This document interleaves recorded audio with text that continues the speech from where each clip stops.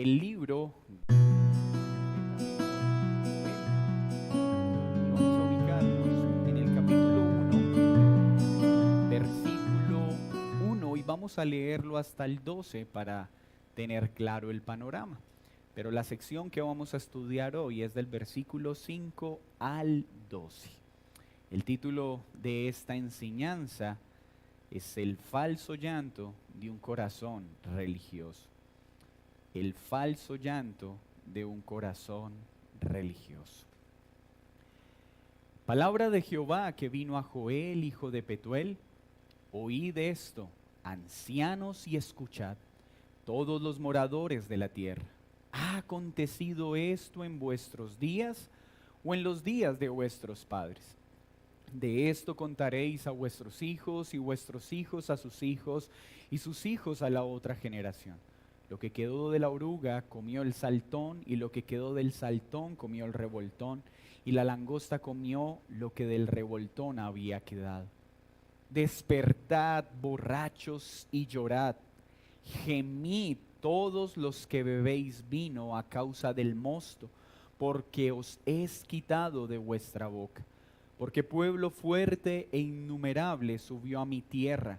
Sus dientes son dientes de león, y sus muelas, muelas de león. Asoló mi vid y descortezó mi higuera. Del todo la desnudó y derribó. Sus ramas quedaron blancas. Llora tú como joven vestida de cilicio por el marido de su juventud. Desapareció de la casa de Jehová la ofrenda y la libación. Los sacerdotes, ministros de Jehová, están de duelo. El campo está asolado, se enlutó la tierra porque el trigo fue destruido, se secó el mosto, se perdió el aceite. Confundíos labradores, gemid viñeros por el trigo y la cebada, porque se perdió la mies del campo. La vid está seca y pereció la higuera. El granado también, la palmera y el manzano, todos los árboles del campo se secaron, por lo cual se extinguió el gozo de los hijos de los hombres. Señor, he aquí este remanente, este puñado de personas que has reunido para escuchar tu palabra.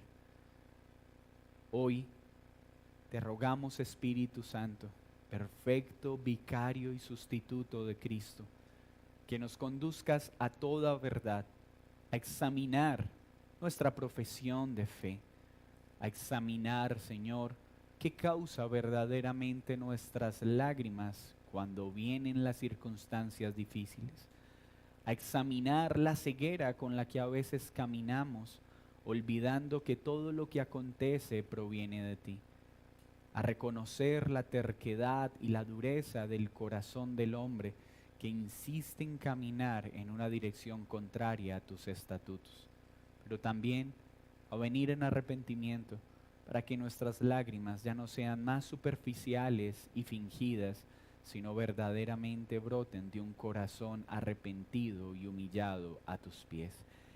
Esto te lo pedimos hoy en el nombre de Jesús. Amén y amén. Hemos iniciado entonces el estudio del libro del profeta Joel. Recordemos que no es muy preciso el periodo en el que fue escrito, pero todo parece indicar que fue posterior a Amós y anterior a Isaías. Y esto va a cobrar relevancia en un momento del sermón por las características morales que el pueblo tenía más o menos para esta época. Sabemos quién es el profeta y cuál es el ministerio profético que Joel tenía: anunciar la voluntad de Dios al pueblo y llamarlo a arrepentimiento porque habían dejado de oír la voz de Dios para ir tras sus deseos perversos, quebrantando el pacto con Dios y dando rienda suelta a su maldad. Tal maldad ocasionó el justo juicio del Dios Santo. Y como lo vimos el domingo anterior que tratamos la enseñanza de Joel, Dios envía una plaga de langostas langostas que ya eran conocidas por la historia del pueblo de Israel porque Dios las había usado para atacar a Egipto como su enemigo. Pero al hacer esto le está diciendo a su pueblo, pueblo, ustedes ahora serán tratados como mis enemigos, pues se han alejado de mí, se han apartado del Dios vivo y verdadero. Porque a través de Joel y a través de toda la escritura vemos el carácter completo de Dios. Un Dios que es amor y misericordia, pero también un Dios que es justo, que es ira y fuego consumidor cuando así se requiere. En la sección de hoy que inicia en el versículo 5 y va hasta el 12, vamos a ver lo siguiente. Primero, del 5 al 7, la abundancia quitada. Del 8 al 10, la relación con Dios impedida, la relación ritual con Dios impedida. Y del 11 al 12, el gozo extinto. La abundancia quitada, la relación ritual con Dios impedida y el gozo extinto.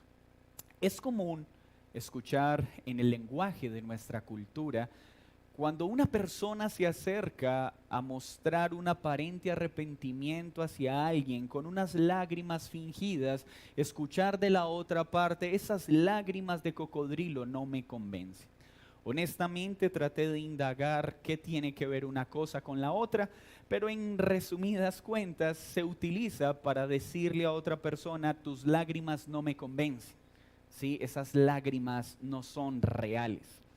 Lo que está sucediendo en este momento del pueblo tiene que ver con una situación específica.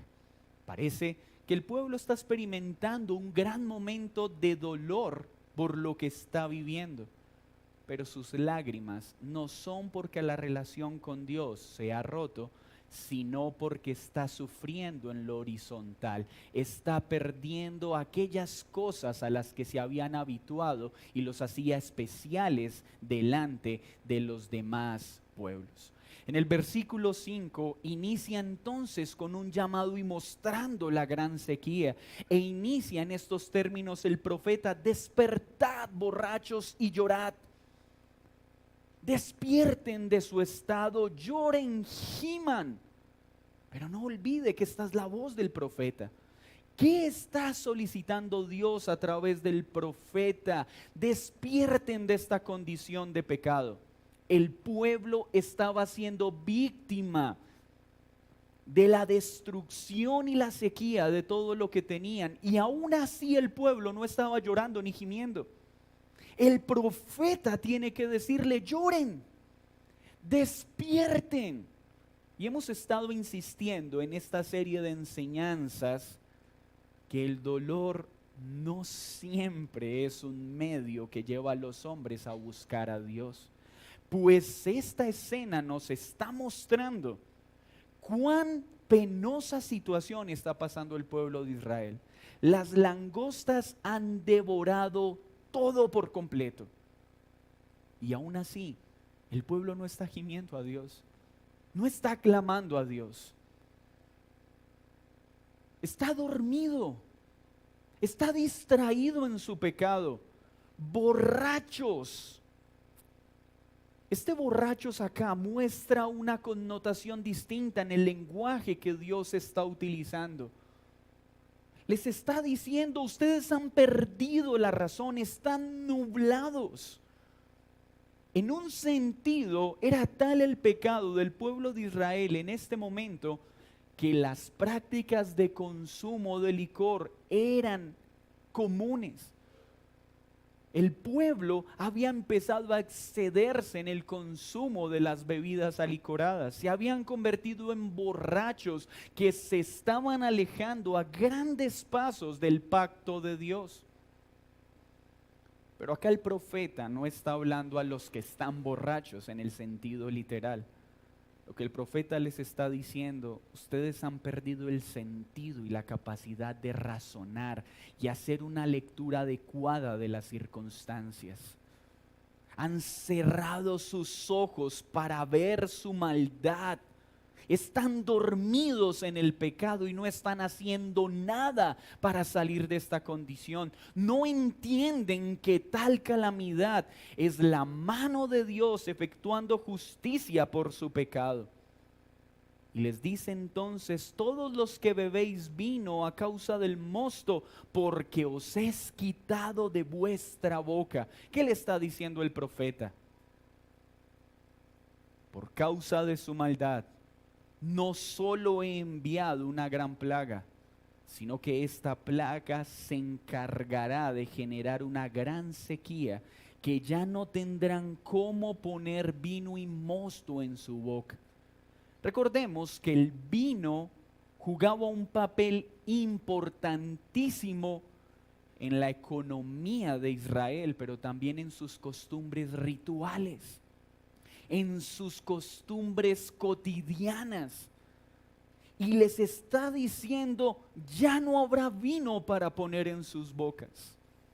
Entrarán en un estado de sequía tan terrible que el vino que abundaba entre ustedes ya no será sino un recuerdo. Pero el pueblo no reacciona. Hermanos, porque a veces el nivel de maldad es tan alto y la ceguera es tan alta, que aunque todo alrededor se viene abajo, el hombre sigue preguntándose: ¿y cuál será la causa de estos males?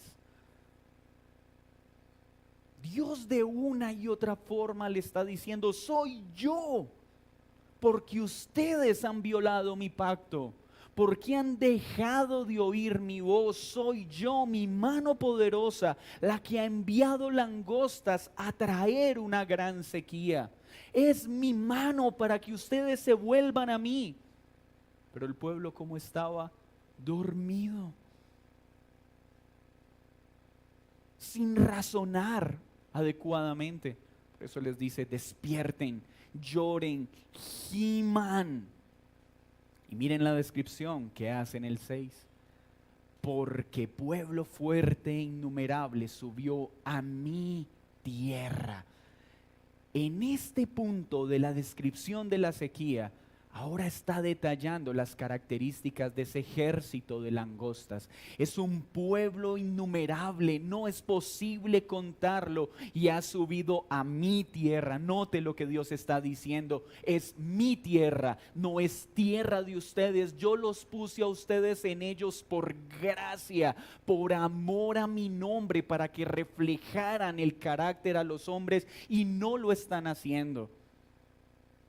Ustedes están en mi tierra y no están honrando la gracia que yo les he dado, porque han dejado de oír mi voz.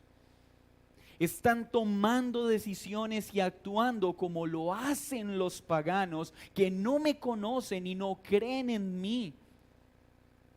Y este ejército poderoso dice: sus dientes son de león y sus muelas, muelas de león. Asoló mi vid y descortezó mi higuera, del todo la desnudó y derribó sus ramas, quedaron blancas. Imagínense la situación. Un pueblo que estaba gozando de la abundante prosperidad que el Dios vivo y verdadero les estaba concediendo por gracia. Un Dios que tomó un pueblo insignificante y lo hizo más próspero que las demás naciones. Les dio abundante mosto y vino, llenó sus lagares para que vieran que la mano de Dios estaba con ellos. Ahora, los términos del pacto han sido rotos por el pueblo. Dios ha quitado la mano que prospera, la mano que ha mostrado amor y misericordia, y ahora ha levantado su mano para mostrar justo juicio e ira sobre ellos. ¿Por qué? Por su pecado. Y está narrando una sequía extrema. Todo lo que hacía especial a este pueblo ha sido quitado. ¿Por qué? Porque todo venía de Dios. Porque este pueblo no tenía nada especial en sí mismo. Y es así. Cuando la mano de Dios se extiende para traer bondad, prosperar y bendecir, Lo hace para dejar claro que todo proviene de Él, para mostrar al hombre que no tiene mérito alguno en sus posesiones y en sus bienes. Pero cuando el hombre rompe los términos del pacto, Dios también será pronto para mostrar que toda esa abundante bendición y prosperidad venía de Él. Y mostrará con claridad que separados de Él, nada podemos hacer. El Señor es Dios bondadoso y misericordioso con aquellos que se sujetan a los términos de su pacto. Pero Joel también nos está mostrando que es Dios justo y que procede sobre aquellos que insisten en vivir en desobediencia.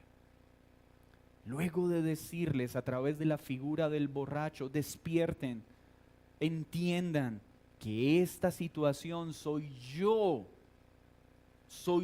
quien la está dirigiendo, soy yo quien la está gobernando. Toma otra figura en el lenguaje para mostrar la situación. Mire lo que dice el versículo 8. Llora tú como joven vestida de cilicio por el marido de su juventud. Qué importante figura está utilizando el profeta. Toma la imagen de una mujer joven que está sufriendo y vestida de cilicio porque su esposo ha muerto. El anhelado sueño de poder estar unido en matrimonio para el pueblo de Israel no era un acto más, era un momento de gran importancia. Y la escena que está mostrando el profeta es, oh, piensa Israel en esta joven doncella que ha anhelado encontrarse con su amado. Dios ha provisto el amado anhelado para unirse en matrimonio tal y como este sueño había iniciado, pero ha llegado la muerte. Y lo que hace poco fue una gran alegría por consumarse en matrimonio, ahora se ha convertido en llanto y en dolor. Vístete de cilicio porque tu marido ha muerto. Cuán dolorosa escena está mostrando el profeta. Acabas de contraer matrimonio para experimentar gozo, pero este gozo se ha disipado porque ahora estás vestida de cilicio para lidiar la muerte de tu marido.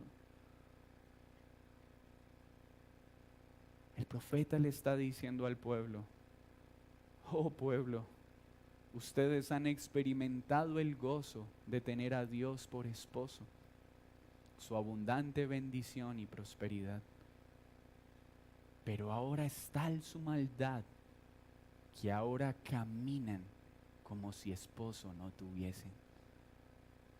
Vístanse de cilicio y lloren, porque así como la joven llora la ausencia de su esposo, giman y lloren, porque ahora la mano bondadosa de Dios que los acompañaba como esposo fiel se ha distanciado de ustedes. ¡Qué escena tan triste nos está recreando el profeta! ¡Qué momento tan doloroso está viviendo el pueblo de Israel! Pero ¿saben qué es lo impresionante? El pueblo seguía sin reaccionar. Plaga, langostas, sin vino, sin mosto. Y el pueblo no reaccionaba. ¡Cuán tercos somos! ¡Cuánta dureza hay en el corazón del hombre! Que aún en medio de los azotes insiste en vivir sin volverse a Dios y arrepentirse de su pecado. Y es importante aclarar que cuando está hablando de mi viña ha sido azotada, mi higuera ha sido azotada, está hablando del pueblo de Israel como nación. Ojo con confundir el uso de la higuera y la viña acá con la viña que es la iglesia expresada en el Nuevo Testamento. Porque Israel como nación, siendo un pueblo mixto donde habían creyentes y no creyentes, fue asolada como nación. Pero la iglesia de Cristo, su vid, su viña, jamás podrá ser asolada y destruida, porque el Señor así lo ha prometido. ¿Saben qué nos está mostrando entonces desde acá el profeta? Que era tal la maldad del pueblo que hasta aquí parecía que ni uno solo de ellos era realmente pueblo de Dios. Mire la escena. Toda mi viña ha sido asolada, toda mi higuera ha sido secada. Estoy mirando a mi nación, al pueblo que he rescatado, y no veo uno que sea un verdadero israelita. Así de deplorable era la situación moral de Israel en ese momento. Todo el pueblo se había desviado. Todo el pueblo se había apartado de la voz de Dios. Luego dice el 9, desapareció de la casa de Jehová la ofrenda y la libación. Los sacerdotes, ministros de Jehová están de duelo. Y si hiciéramos una lectura superficial diríamos, al menos los sacerdotes están reaccionando porque el pueblo ahora no tiene cómo ofrecer libaciones ni ofrendas. No olviden esto. El sistema ritual de Israel dependía de las ofrendas en especie, de las libaciones y los holocaustos para poder expiar sus pecados y tener una comunión con Dios. Ahora Dios está mostrando tal justicia que el pueblo ya no tiene cómo seguir cumpliendo con su sistema ritual. Pero al mirar el contexto de este pueblo, podemos decir que las lágrimas de estos sacerdotes son lágrimas de cocodrilo. Que su dolor no tiene que ver con que el pueblo ahora no podrá estar en comunión con Dios, sino que ahora se han quedado sin poder recibir los beneficios económicos que obtenían cuando el pueblo traía sus ofrendas y sus libaciones. Su dolor, tanto del pueblo como de los sacerdotes, no era porque estaban quedando incomunicados con Dios, era porque estaban perdiendo aquellos medios con los que acallaban su conciencia. ¿Recuerda lo que les dije ahora al comienzo? Que este profeta está entre Amós e Isaías. Vamos a Isaías 1 para ver la descripción de la situación moral del pueblo al que le está hablando Joel, un pueblo al que muy cercanamente, posteriormente le habló Isaías. Isaías capítulo 1 para que podamos entender. Este pueblo entonces era pecador, pero era un pueblo religioso que utilizaba las libaciones, las ofrendas, los holocaustos para tratar de acallar su conciencia. Es decir, peco, rezo y luego empato. Ese era el pueblo de este momento. Habían convertido el sistema ritual en una forma de acallar su conciencia, decir, Dios, te estamos cumpliendo con nuestra parte, mientras se habían convertido en borrachos, pecadores, siguiendo las cosas de este mundo. Pero Dios, ¿qué está haciendo? Despojándolos de esta hipocresía, de este medio que estaban utilizando para callar sus conciencias y moverlos a que busquen verdaderamente al Dios vivo. Isaías capítulo 1 versículo 10. Miren las características morales de este pueblo para entonces. Príncipes de Sodoma, oíd la palabra de Jehová. Escuchad la ley de nuestro Dios, pueblo de Gomorra. ¿Para qué me sirve, dice Jehová, la multitud de vuestros sacrificios? Hastiado estoy de holocaustos de carneros y de cebo de animales gordos. No quiero sangre de bueyes, ni de ovejas, ni de machos cabríos. ¿Quién demanda esto de vuestras manos cuando venéis a presentaros delante de mí para hollar mis atrios? No me traigas más vana ofrenda. El incienso me es abominación, luna nueva y día de reposo. El convocar asambleas no lo puedo sufrir. Son iniquidad vuestras fiestas solemnes, vuestras lunas nuevas y vuestras fiestas solemnes las tiene aborrecidas mi alma. Me son son gravosas, cansado estoy de soportarlas. Cuando extendéis vuestras manos, yo esconderé de vosotros mis ojos. Asimismo, cuando multipliques la oración, yo no oiré. Llenas están de sangre vuestras manos. Isaías fue escrito más o menos en el 740. Se asume que Joel pudo estar entre el 760 y el 740 en esa franja de tiempo. Por lo tanto, la condición moral del pueblo es muy afín a esta.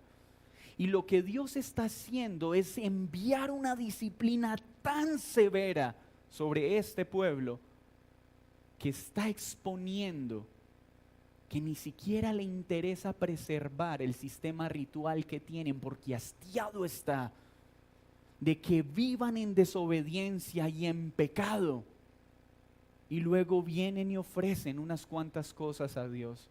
¿No es el mismo mal que aqueja a muchos en medio de la congregación de Dios? ¿Eres tú acaso uno de estos que sigues viviendo durante todos los días de la semana a tu manera, desobedeciendo la voz explícita de Dios, ignoras la instrucción de Dios y luego vienes a callar tu conciencia simplemente escuchando un sermón y trayendo ofrenda y creyendo que eso es suficiente para agradar a Dios? Eso se llama una religiosidad hipócrita. Y Dios es experto en exponer esa hipocresía religiosa mediante sus juicios, mediante circunstancias difíciles en lo horizontal. La prueba, estas situaciones eran utilizadas una y otra vez por Dios para mostrarle al pueblo su condición. Hermanos, guarden esto en sus mentes y corazones. Cuando Dios nos pasa por el fuego de la prueba, cuando pasa a los hombres por el fuego de la prueba, no es para Él darse cuenta lo que hay en nuestro corazón, porque Él ya lo sabe. Es para que tú y yo nos demos cuenta de cómo está nuestro corazón. Y siempre que viene la prueba, siempre que viene la mano de Dios efectuando justicia o disciplina, quedará en exposición el verdadero estado de nuestra fe. Y muchos lloran en los momentos de dolor, pero no lloran porque están alejados de Dios. Lloran porque están viendo el sufrimiento de un hijo. Lloran porque están perdiendo dinero. Lloran porque experimentaron una quiebra. Lloran porque están lidiando con la enfermedad, no porque están en pecado. Dios le está mostrando a los sacerdotes: ustedes no se duelen por mí, ni por el pecado del pueblo. Se duelen es porque el negocio se les vino abajo. ¿Cuál es la causa de tus lágrimas? ¿Que se está viendo afectado tu bien horizontal? ¿O que verdaderamente estás incomunicado con Dios por causa del pecado que hay en ti? ¿Qué está exponiendo?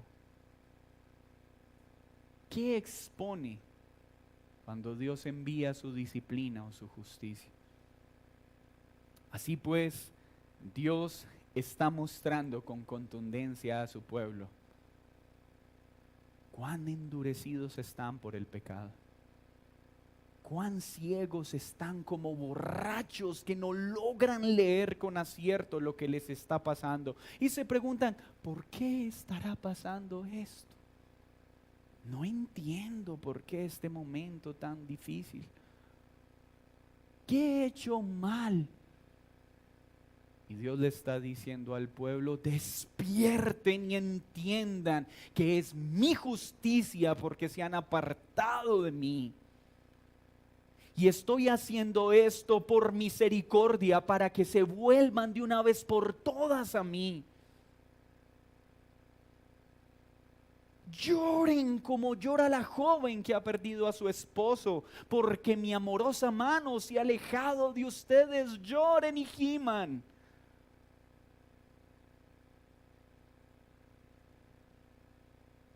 pueblo seguía sin reaccionar.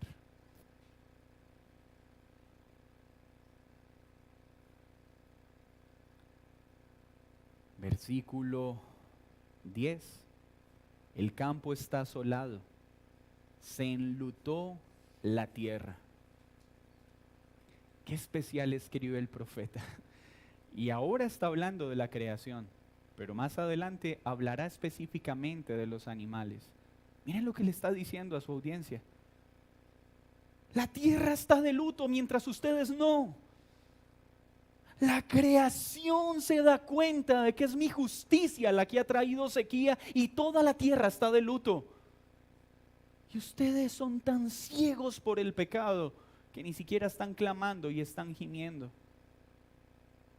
Utiliza la naturaleza para hacer un contraste en que aún la creación parece tener más lucidez que el pueblo.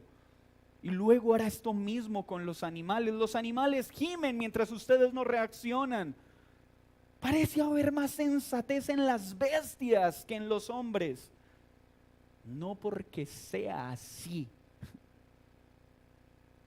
porque este texto será bien apreciado por los animalistas. Ven, ¿por qué debemos amar más a los animales que a los hombres y a veces son más sensatos? Puede que un animal en su instinto actúe con más sensatez que un humano, pero eso no hace que valga más que un humano. Que el hombre a veces actúe con menos sensatez que un animal no lo hace inferior en valor. Lo que pone en evidencia es la torpeza del pecado obrando en él. Y la tierra está de luto, mientras el pueblo no gime, no llora, no se arrepiente, y sus lágrimas son lágrimas de un corazón religioso que utiliza el sistema ritual solo para callar su conciencia. ¿Tú por qué vienes cada domingo? ¿Tú por qué ofrendas? Porque quieres acallar tu conciencia mientras el resto de tus días vives a tu manera y en completa desobediencia a Dios. No te engañes. Sabes que es para Dios tus ofrendas, tu sacrificio de venir el domingo acá en lugar de irte a pasear con tus hijos como quisieras.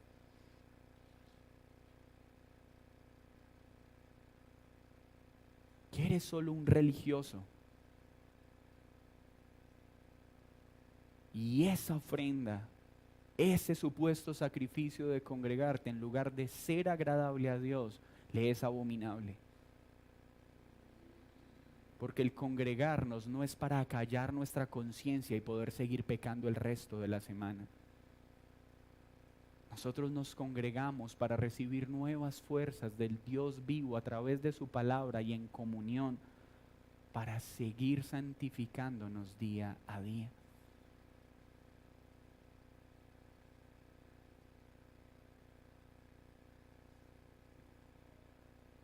Versículo 11.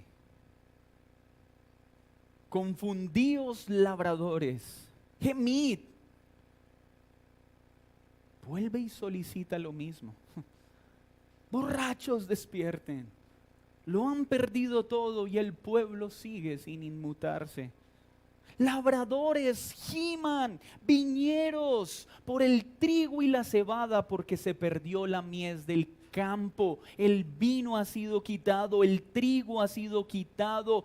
Todo lo que los hacía fuertes y una comunidad autosostenible ha sido quitado, porque se han apartado de mí. La vid está seca y pereció la higuera. El granado también, la palmera y el manzano, todos los árboles del campo se secaron, por lo cual se extinguió el gozo de los hijos de los hombres. Nota la severidad del juicio de Dios. Y de este atributo de Dios también es necesario hablar. Giman, hijos de los hombres. ¿Qué le está diciendo a este pueblo? No les está hablando como a hijos suyos. Miren lo que les está diciendo.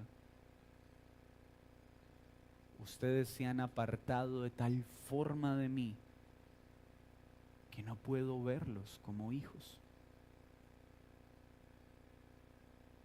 ¿Será entonces que en medio del pueblo en este momento no había uno? Y acá es donde es muy importante entender la teología pactual para comprender este pasaje. Este juicio y esta disciplina que se está mencionando acá no está siendo efectuada por causa de los hijos de Dios. Recordemos que Israel era un pueblo mixto. ¿Qué quiere decir mixto? Que habían israelitas circuncidados en su prepucio, pero no en su corazón. Israelitas por descendencia de Abraham, pero no mediante la fe. Y habían israelitas circuncidados físicamente, pero también en su corazón. Este acto de justicia está siendo sobre los primeros, sobre los que no son descendientes de Abraham mediante la fe. Dios está mostrando que en este punto de la historia de Israel, hasta acá pareciera que no había ni uno que verdaderamente fuera un israelita espiritual. La iglesia de Cristo no es un pueblo mixto. La iglesia de Cristo está compuesta solo por los hijos de Abraham mediante la fe que han sido circuncidados en el corazón. Así que toda esta historia, ¿a dónde nos debe conducir? Y permítame hacer unas aplicaciones claras de este pasaje. Este texto nos muestra la forma en la que Dios descarga toda su justa ira sobre un pueblo que lo alaba solo con sus labios mientras su corazón está alejado de él. Un pueblo que no es creyente. Un pueblo que no ha puesto su fe en Cristo es aquel pueblo que recibirá la justa ira del Dios Santo. Esta porción habla a los corazones religiosos que tratan de acallar su conciencia comprando un mercado, dando una ofrenda, yendo a la iglesia, sacando unos cuantos minutos para tratar de acallar su conciencia, mientras sus vidas son contrarias a la ley de Dios. ¿Qué está mostrando este texto? No te engañes, porque eso no te librará de la justicia de un Dios santo. Este es un llamado a los hombres a que se arrepientan de esa hipocresía superficial, de actos religiosos que Dios detesta, porque no se hacen por la fe, sino por una motivación pecaminosa. Todavía eres de aquellos, ay no, es que tengo que ir el domingo a la iglesia, así sea un momentico para que me vaya bien el resto de la semana. Porque es que cuando no voy el domingo a la iglesia esa semana me va como mal. Hipócrita, no has entendido la razón por la que nos reunimos. Y hoy el Señor dice, arrepiéntete. Porque Dios envía juicio para exponer las falsas profesiones de fe. No tienes por qué esperar a que todo en lo horizontal se tambalee para reconocer que sigues viviendo de una manera pecaminosa y usas la iglesia y ciertas prácticas religiosas solo para callar tu conciencia. Si aún no ha venido la justicia, arrepiéntete y apela a la misericordia. Pero si ya estás afrontando la mano poderosa de Dios que está exponiendo a través de las circunstancias, que tus lágrimas son de cocodrilo, y que tu llanto no es porque estás mal con Dios, sino porque Él está tocando algo en lo horizontal que es importante para ti, arrepiéntete y dile: perdóname, Señor, porque mi dolor no es porque he pecado contra ti, sino porque estoy perdiendo en lo horizontal algo que era importante para mí. Vuélvete al Señor y no te preguntes: pero ¿cuál es la causa de esto? La causa es que te has apartado de la voz del Señor. Nota de balance. Esto no aplica para todos los momentos de dolor, porque no todos los momentos de dolor vienen porque hemos pecado. Esto es importante entenderlo. Pero lo que Joel está relatando sí tiene que ver con esos momentos de sufrimiento que vienen por causa del pecado. Esta narración habla de un acto de la justicia de Dios por desobediencia. Pero no quiere decir que cada vez que pasa algo doloroso es porque necesariamente estamos alejándonos de Dios. Porque Pablo, entre más cerca estaba de Cristo, más padecimientos tuvo que afrontar. Barco que se montaba, barco que se hundía. No todo el sufrimiento es por el pecado, pero el que está describiendo acá Joel, sí. No llores más por lo que está pasando en lo horizontal. Comienza a llorar por tu condición vertical. Porque estás alejado de Dios y no le conoces.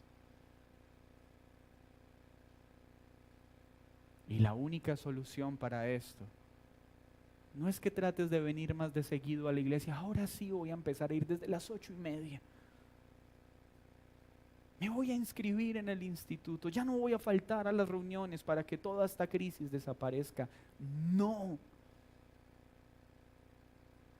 Lo que Dios pide es un corazón arrepentido. Cuidado entonces, porque no todas las lágrimas o el aparente duelo es por un arrepentimiento genuino.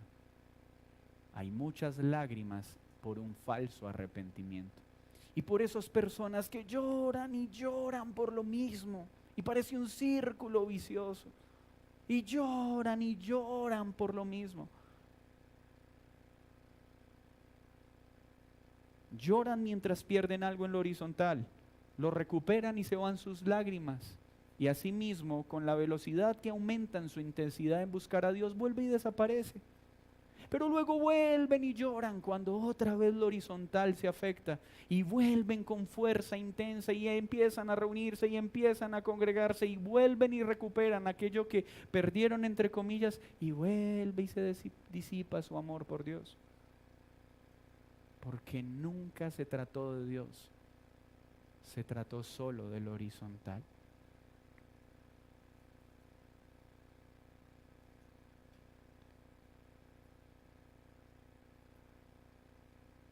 Por eso, Esteban, en su discurso, cuando se refiere a los judíos, les dice, Hechos 7:51, vosotros sois duros de cerviz e incircuncisos de corazón y de oídos. Resistís siempre al Espíritu Santo, como hicieron vuestros padres, así también hacéis vosotros. Así que la enseñanza de hoy está dirigida específicamente a esos que piensan ser pueblo y en realidad no lo son. A esos corazones religiosos que tratan de acallar sus conciencias con prácticas cristianas mientras su corazón está lejos de Dios. Arrepiéntete, porque o si no tendrás que lidiar con horrendo juicio. Y hay esperanza. No seas más duro de cerviz. No te engañes más con prácticas religiosas. Hoy es el día del arrepentimiento. No tienes que esperar a que venga una fuerte sequía a tu vida, a que ya no haya vino en tu boca, a que la higuera no dé fruto y a que el trigo desaparezca. No tienes por qué esperar a que el gozo sea quitado. Hoy arrepiéntete. Pero al pueblo de Dios también quiero darle una aplicación respecto a este pasaje. Iglesia, vamos a empezar a verlo desde ya y vamos a verlo más adelante. ¿Saben por qué nosotros nunca, aquellos que hemos creído verdaderamente en Cristo, recibiremos juicio tan severo como este? No porque no seamos tercos, no porque a veces no actuemos como borrachos que no razonan, no, es solo por Cristo que somos librados de ser tratados con tal severidad.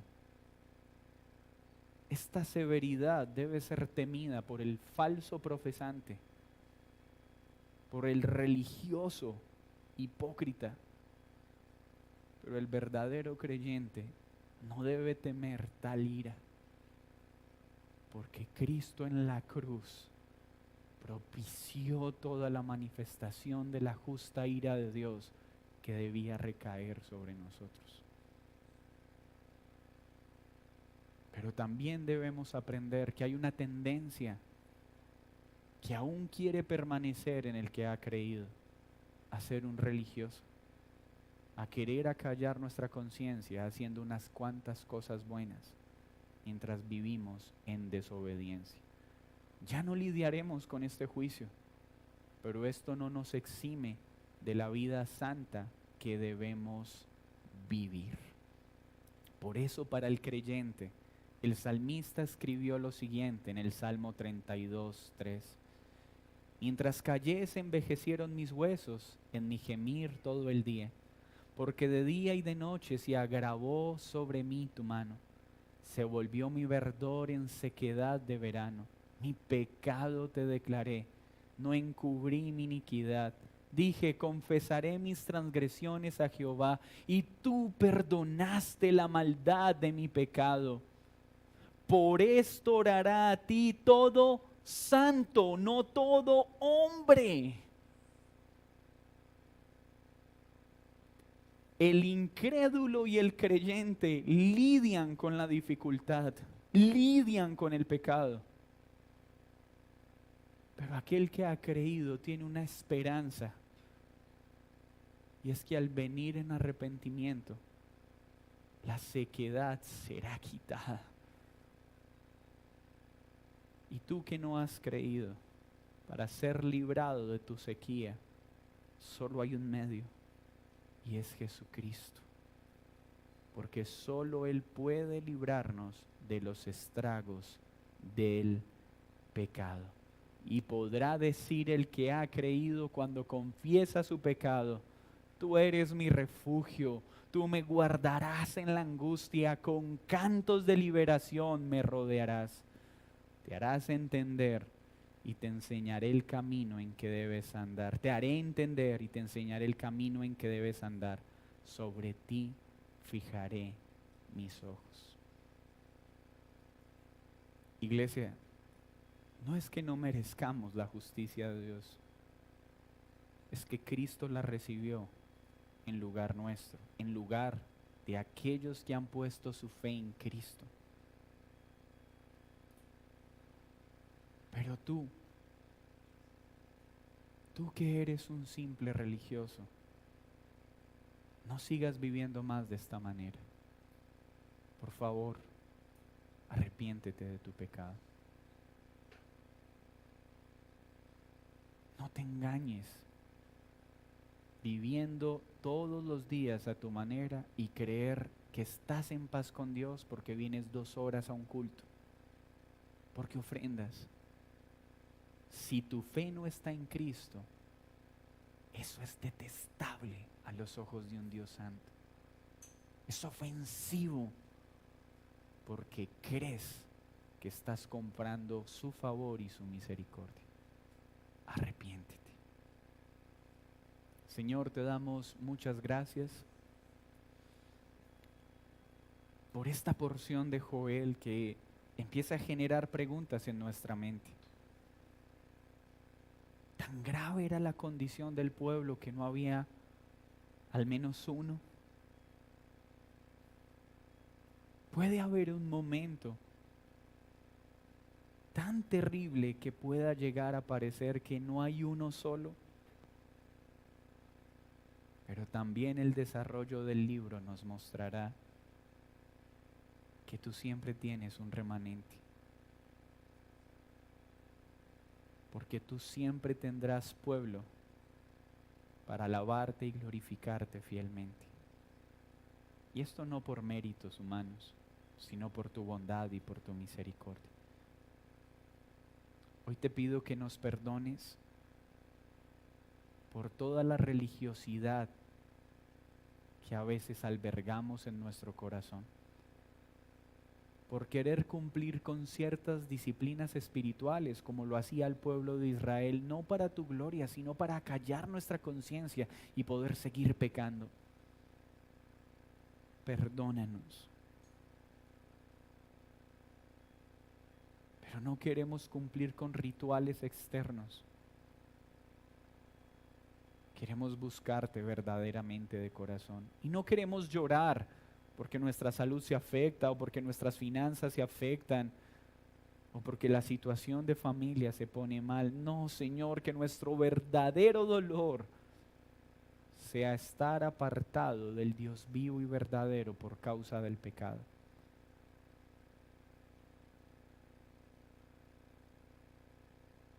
Gracias, Señor, porque si hoy llamas a hombres a arrepentirse, es porque hoy tu bondad y tu misericordia está siendo manifiesta a los presentes. Y por favor, Señor, si somos religiosos hipócritas y creemos ser verdaderos creyentes, empezando por mí te ruego, expongas mi verdadera condición, pues no queremos caminar engañados, pensando que somos pueblo tuyo cuando en realidad no lo somos. Te lo pedimos en el nombre de Jesús. Amén y amén.